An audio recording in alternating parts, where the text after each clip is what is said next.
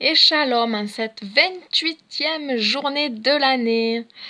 Alors, je vais faire la lecture dans Matthieu, chapitre 18, verset 21, jusqu'au chapitre 19, verset 12.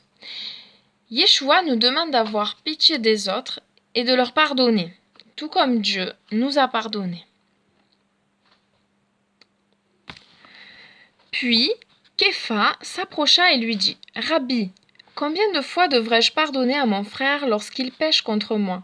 Jusqu'à 7 fois ? » Non, répondit Yeshua, ce n'est pas jusqu'à 7 fois, mais jusqu'à 70 fois 7 fois.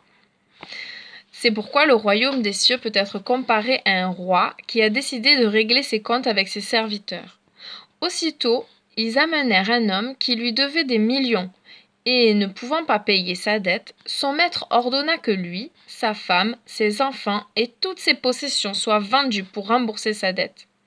Mais le serviteur se jeta aux pieds du maître et le supplia : « Sois patient envers moi, et je te rendrai tout. » Le maître eut pitié de lui, le laissa partir et lui remit sa dette. Tandis que le serviteur était en train de sortir, il rencontra un de ses compagnons de service qui lui devait une petite somme d'argent.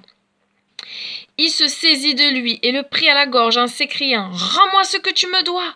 Son compagnon de service se jeta à ses pieds et le suppliant lui dit : « Sois patient envers moi et je te rendrai ce que je te dois. » Mais il refusa et le fit jeter en prison en attendant qu'il ait payé sa dette.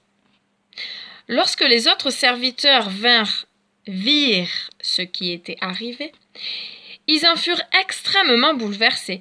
Ils allèrent raconter à leur maître tout ce qui était arrivé. Alors, le maître fit venir le serviteur et lui dit : « Méchant serviteur, j'ai annulé toute ta dette parce que tu m'as supplié de le faire.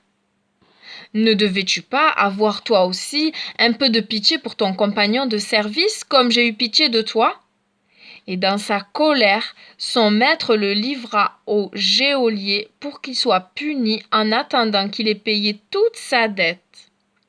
C'est ainsi que mon Père céleste vous traitera, à moins que chacun d'entre vous pardonne à son frère du fond du cœur. Chapitre 19. Lorsque Yeshua eut fini de parler de ces choses, il quitta le Galile et voyagea dans la partie orientale de la rivière Yarden jusqu'à ce qu'il franchisse la frontière avec Juda. De grandes foules le suivirent et là, il guérit les malades. Quelques prochim pharisiens s'approchèrent pour tenter de le piéger en disant : « Est-il permis à un homme de divorcer de sa femme pour quelque motif que ce soit ? » Il répondit : « N'avez-vous pas lu qu'au commencement, le Créateur les fit hommes et femmes, et qu'il a dit : ainsi l'homme devra quitter son père et sa mère pour s'unir à sa femme, et les deux deviendront une seule chair ? Ils ne sont donc plus deux, mais une seule chair. Par conséquent, personne ne devrait séparer ce que Dieu a uni. » Ils lui dirent : « Pourquoi donc Moïse a-t-il commandé à l'homme de donner un guet à sa femme et de divorcer d'elle ?» Un guet, un document acte de divorce. Il répondit : « Moïse vous a permis de divorcer de vos femmes à cause de la dureté de votre cœur. Mais au commencement, il n'en était pas ainsi. Voici ce que je vous dis maintenant.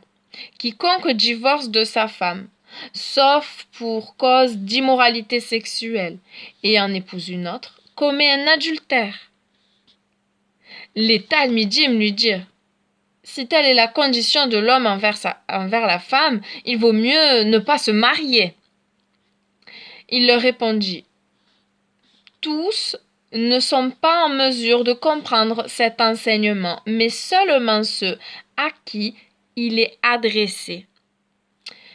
Car il existe différentes raisons pour lesquelles les hommes ne se marient pas. Certains parce qu'ils sont nés sans ce désir. D'autres parce qu'ils ont été castrés. Et d'autres parce qu'ils ont renoncé au mariage pour l'amour du royaume des cieux. Que celui qui peut comprendre cela, qu'il le comprenne. Et la question du jour, là où les questions sont: ai-je de la rancune contre quelqu'un aujourd'hui? Devrais-je pardonner ou demander pardon à quelqu'un? Voilà, que chacun médite et s'examine. Et shalom! Bonne journée, bonne fin de journée. Il est déjà 15h. Bisous, bisous, soyez bénis.